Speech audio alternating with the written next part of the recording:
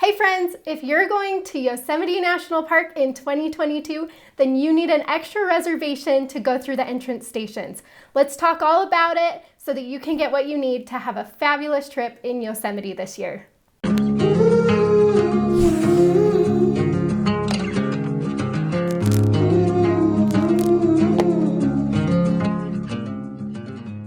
My name is Ash. I'm a former park ranger and the founder of Dirt in My Shoes, and I am here to make your national park trip vacations amazing. Part of that starts with helping you get the extra reservations you need so that you can fully enjoy Yosemite National Park. The extra reservation this year is to enter the park. It's been something that they've done for a couple of years, so this isn't necessarily new information, but I do want to walk you through the process so that you know how to get the reservation you need, because otherwise you won't be able to get into popular spots like Yosemite Valley or the Tioga Road, some of the most beautiful places in the park. So let's talk it through and so that you know exactly what to do. This reservation is specifically for park entry. So as you go through the entrance station, they're going to check to see if you have this reservation. There are a few ways around getting one of these reservations. The first way is to book in-park lodging or camping. So as long as it's within the national park boundaries, then you can just show your reservation for that and they will let you through, and it would be valid for the amount of time that you'll be camping or lodging within the park. The last ways to get into Yosemite without needing one of these entrance reservations is to either take the Yarts bus. This Yarts bus comes in to Yosemite from some of the communities outside of the park, and they'll take you into Yosemite, often dropping you off in Yosemite Valley, where you could then take the in-park shuttle to get around Yosemite Valley and to see that. The Yarts bus isn't necessarily ideal if you're wanting to go and see other parts of the park, because it really is better to have your own car in most cases so that you can get to all the trailheads you want to go to. But that is an option if you need to get around not having an entrance reservation. You could take the Yarts bus. You could also book a guided tour through the park. There are certain people that are allowed to do guided tours within the national park, and if you book one of those, then you wouldn't need an entrance reservation to get in. Other options, you can enter on foot, you can ride a bike, it even says you can come in on horseback, or you can visit Hetch Hetchy, which they're saying that entrance is not going to be checking for these entrance reservations. That area is really small, a little bit more remote, and there are only certain hours of the day that it's open. So if you do go there, just be sure to check the National Park Service website for Yosemite so that you know what hours you can access that area. I want to show you my screen so that I can show you a map of Yosemite so that you can more clearly see what falls within those in-park boundaries.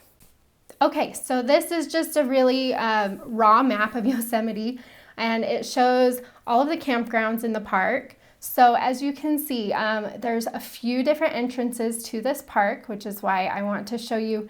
If you're coming in through here, this is the Tioga Pass entrance. That's what will take you along the Tioga Road and in through here. Over here, you've got, if you're coming in from Groveland, you've got an entrance there to get down into the rest of the park. From El Portal here, there's an entrance. And from down here in the south, there's an entrance here down by Wawona. So if you're going to go through any of those entrances, then you'll either need this reservation or you'll need a reservation at any of these campgrounds listed here. Any in-park lodge, so that includes most of the in-park lodges are found here in Yosemite Valley, but there are a few kind of scattered up along the Tioga Road and even down in Wawona. So if you're staying in one of those, then you don't need the reservation. The other way around it is if you want to go backpacking, you can get a wilderness permit to go backpacking in the park. You can get a permit to hike Half Dome. Those are a couple other ways to do it. Also, there are some small communities that are located within the national park boundaries, or at least you have to go through the national park to get to these communities just outside of the park. So those ones also are included, and there's a lot of Airbnbs you can reserve in these communities. So these communities, the only ones included are the ones near Wawona. So there's some down in here. There's some at Yosemite West, which is more up in this area, and then there's some at Foresta, which is up in this area. So if you have a reservation, an Airbnb reservation through one of those 3 communities, then you also don't need this reservation, this extra entrance reservation to get into the park.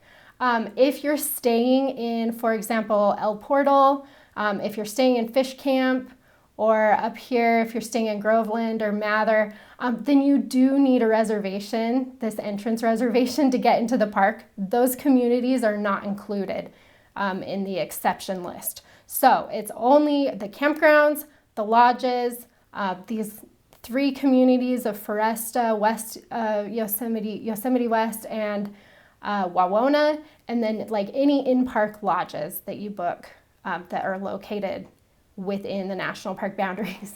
So if you're not staying in one of those, then you'll definitely want to try for one of these extra reservations. These reservations are needed from May 20th through September 30th of 2022. The hours that you need these reservations to enter the park is from 6 a.m. to 4 p.m. So if you're entering Yosemite between those 2 time blocks, then you definitely need one of these reservations. Okay, so now I want to show you my screen so that I can walk you through the process of getting this entrance reservation. I find it helps a lot to be able to see the process play out, because every national park does it a little bit differently, and I want to make sure that you get what you need so that you can fully explore the park. So let's take a look at my screen and I'll show you what to do. Okay, so the first thing you'll want to do is go to Recreation.gov. This is the website that the National Park Service primarily uses to help people make reservations. So you'll want to have an account already made before the day that you need to get your reservation. It's much easier to have that set up and not trying to do it same day. So make sure you create an account in advance. I already have one, so I'm going to go ahead and log in. And you will want to be logged in on the day that you're trying to get these. They actually won't let you add anything or do much if you're not already logged in, so don't forget to do that. I'm going to search for Yosemite. You can click here on Yosemite National Park. I also see Yosemite National Park ticketed entry, which is what I want. So I'm just going to go ahead and click straight there. And then it takes me to this page here. These are the reservations you need. They're called peak hour reservations. So I'm going to click book now. At this point, this is kind of where I'm going to have to stop, because Yosemite is doing their reservation process a little bit differently this year. It seems like every year they just make small little tweaks that complicate it a little bit more so that you can't quite get comfortable with the process. But that's fine. So what they're doing this year is on March 23rd, 2022, they are opening up all the reservations for the entire season. So if you're going between May 20th and September 30th, then you'll want to be on here on March 23rd at 8 a.m. Pacific time. Even come in, usually I like to come in like 10 minutes early so that I can get to this screen, so that I can get logged in, so I'm ready to go. But where that's kind of a problem is that I can't show you in advance how to do this, because it hasn't been opened up yet. And by the time it's opened up, you'll have already needed to have gone through this process. So I want to show you exactly where to go, but then I'm actually going to put up the video that I made last year that goes through the process, so that you can at least see what you need to do and see how to get the reservations. That part of it hasn't changed that much. But you will want to get to this page. This page is a little bit different than last year's. So it's the peak hour reservations page. Then what you'll do is you'll come in here. Again, they don't have this opened up yet. So when the clock strikes 8 a.m. Pacific time, then the dates will turn blue that you can get a reservation for. So you'll find your date, you'll click on it real fast. You'll want the vehicle or the motorcycle. It's a 3-day entry. So if you're staying for multiple days, you'll have to go through this process twice. If you're only staying for 3 days, then you only need one. Now, after I put in the date and the quantity, then it's going to show I'm guessing probably it will just say 6 a.m. to 4 p.m. You'll click on that and then you'll click request tickets. So I'm going to put up the video so that you can watch me go through the process, but just know it is a little bit different this year in 2022. I am going to sit here and watch the clock. As soon as it turns, then we will get going. Here we go. Ticket, add.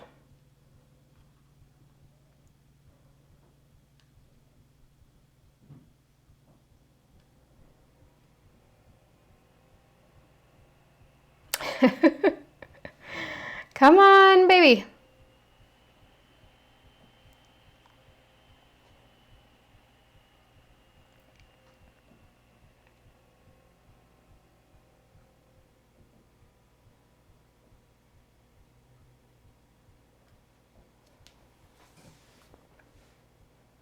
Okay, this is what happens.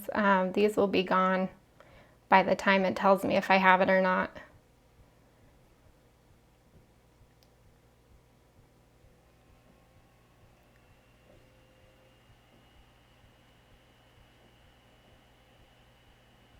Your goal is to hit the add to cart button as quickly as possible.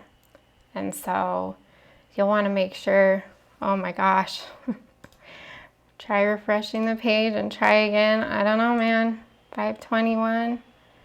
Let's go for, okay, let's see. Add to cart. Saying there might still be something.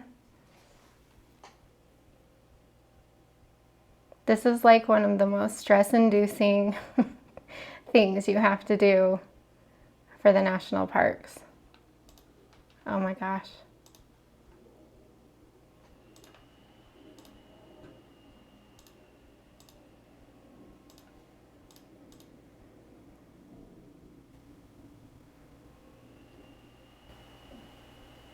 This is crazy.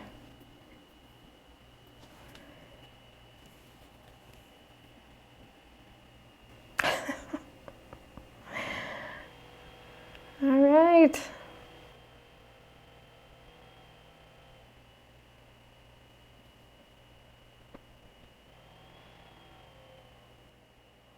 Okay, here's why this can be so stressful, because if I don't get this, then I don't get into the park. You know, I've got to find a different way to bypass this. So either trying to change lodging reservations so that I have something within the national park, or taking a yards bus in. But, you know, that's not ideal because they'll drop you off, but then you won't have a vehicle to get around with. So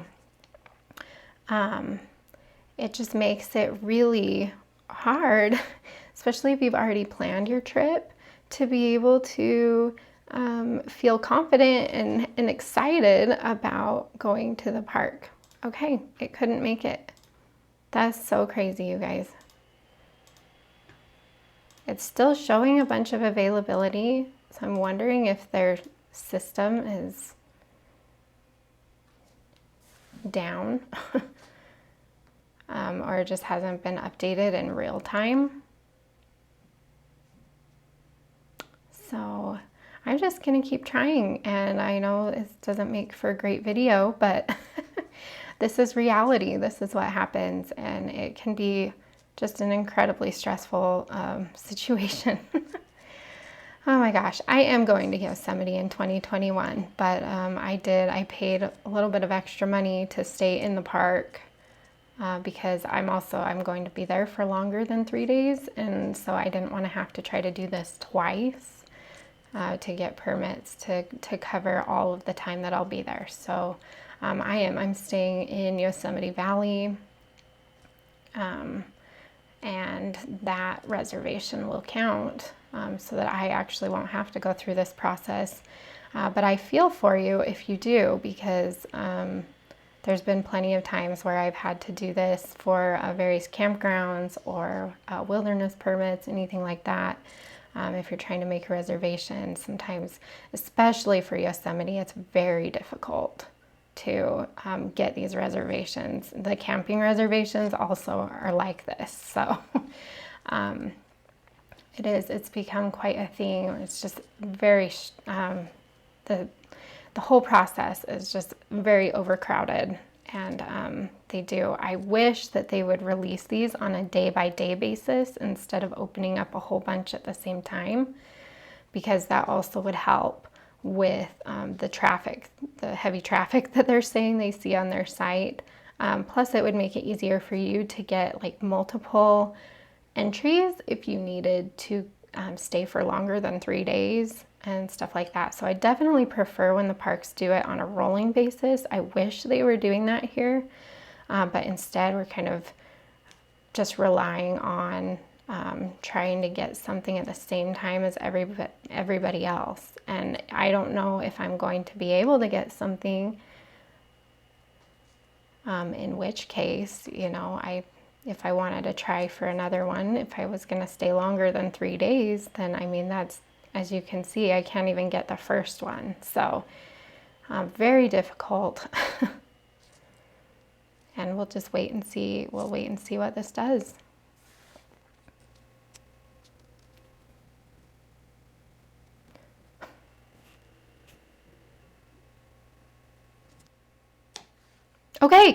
Okay, we got it. Yes. Yes, that's great. Okay,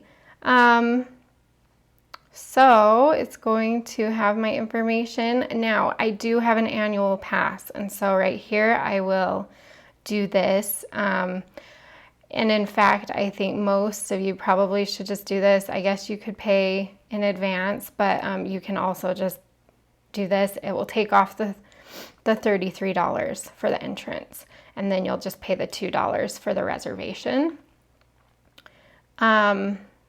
Okay, and then you'll proceed. Once it gets to this point, you can see that it is counting down up here in the corner, counting down 15 minutes. So I have 15 minutes to do this. I can continue shopping. I can go into book now, and let's say, so I got one for June 15th, and then I need one that will cover 15th, 16th, 17th. I need one for the 18th. Look, there's still some available.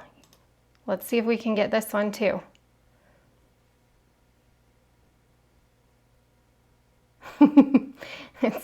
It's thinking about it again. Let's see what this will do.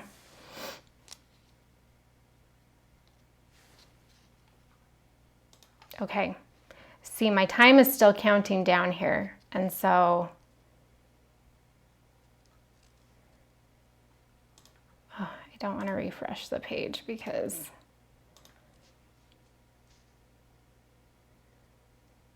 okay, so this is just to show you if you need to. I don't need another one. I think one feels pretty lucky here, but that's the process you would go about if you needed to add another one to your cart.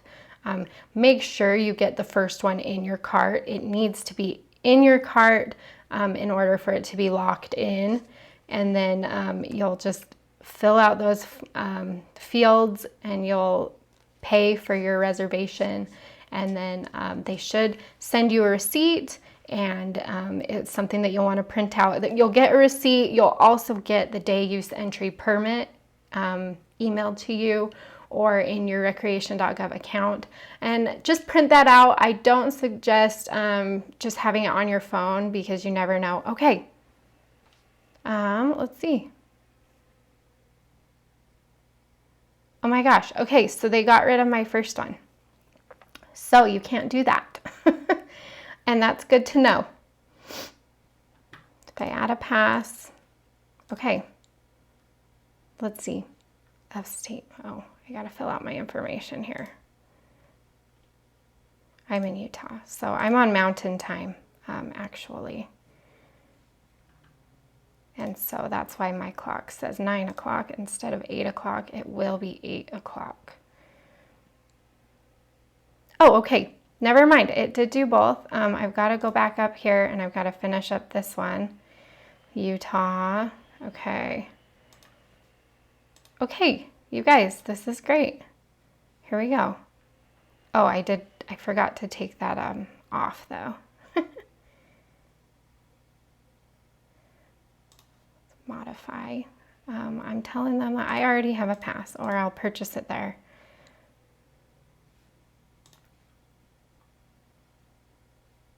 Okay, it has both of my passes here. I'm paying $4 for these, and so as you can see, I have my day use entry for the 15th, and that will be good for 3 days. So it'll be good for the 15th, 16th, 17th, and then I got another one for the 18th, which will also be good for another 3 days. So that is the process, and as you can see, it is very, it's just hard to predict what's going to happen. Sometimes you'll get right in, you know, sometimes you'll get, you'll click add to cart and it will immediately take you to your cart. But sometimes, especially for really popular national parks like Yosemite, then it will do this. And I've done it trying to get campground reservations or trying to get any of these reservations. It happens. It's normal. It's stressful, but it's normal. And you just got to refresh the page and keep trying and hope that they still have some left by the time you get through it. But again, it's just, you never know what's going to happen. If you have another adult that's going to be in the vehicle with you, and they have to be in the vehicle with you. It can't just be like some, you know, you can't just say, hey, sister, you know, will you make this reservation for me? But if they'll be in the vehicle with you, then they can also make a Recreation.gov account, and they can try to get the same reservation for the same days, and then just, you know, whoever gets it, because sometimes it will go so fast that you'll need as many chances as you can to get one. And so that's another option as well if you have somebody who can do that with you. But they have to, again, they have to be going on the trip with you, and they have to be in the vehicle with you, because they will check your name. They'll ask for your ID with these day use permits when you enter the entrance stations. So, okay, so I'm not going to fill the rest of this out. I'm going to go ahead and release these so that other people can get them. But there you go. You'll just fill out your credit card information. You'll fill out everything, click submit, and then it should give you your day use entry permits that you'll then want to print out and take to the park with you. Okay, so what do you do if you don't get the reservation that you need? There are a few ways to still get into the park without this reservation. The easiest way is if you missed the initial release of the tickets that you need or the date that you need, then as you get on Recreation.gov, you can hover over the date that you need and it will tell you when more tickets will open up. So they are releasing 70% in advance on March 23rd. They're releasing 30% in advance 1 week before the date that you need. So 7 days before you need to be in the park with this reservation, then you'll want to get on Recreation.gov and go through this process again. Again, trying to be there exactly when it turns to 8 a.m. so that you can click that request tickets. Those last minute ones that are 7 days before will go really fast. So just be prepared, be sure that you're on there and ready to go if you want to try for one of those 7-day in advance tickets. Another option is to enter the park before 6 a.m. or after 4 p.m. They won't be checking reservations outside of that peak timed entry window. And so you can enter the park before that to get parking and to get in there. Once you're in there, you just need to stay in the park. If you leave and try to come back during those peak hours, then they will require you to have a reservation. But if you're just going to go into the park and stay all day, then that is an option. You can go in before 6 a.m. Another thing you can do is you can try to change your lodging reservations to something within the national park. Those national park reservations can be very competitive, so that may not be a possibility for you. But it is worth noting and maybe looking at seeing if people are making cancellations. They usually do. You can also try for one of those communities in Yosemite West or Wawona or Foresta if you want to try to stay in a cabin there. But that's what I would recommend if you're not able to get a reservation another way, is look at your lodging options and see if perhaps you might be able to get something that's within the national park, because that will cover the entire duration of your stay. And lastly, again, you could take a Yards bus or you could book a guided tour. That will just get you in for the day that you do that. So it's not like a long-term solution if you're hoping to stay for several days, but it is a way to get in. I really hope that helped you see how exactly to get one of these entrance reservations for Yosemite National Park. I wish you the very best of luck in getting it, and thank you for being here. I hope you have a great day, and don't forget to get some dirt in your shoes.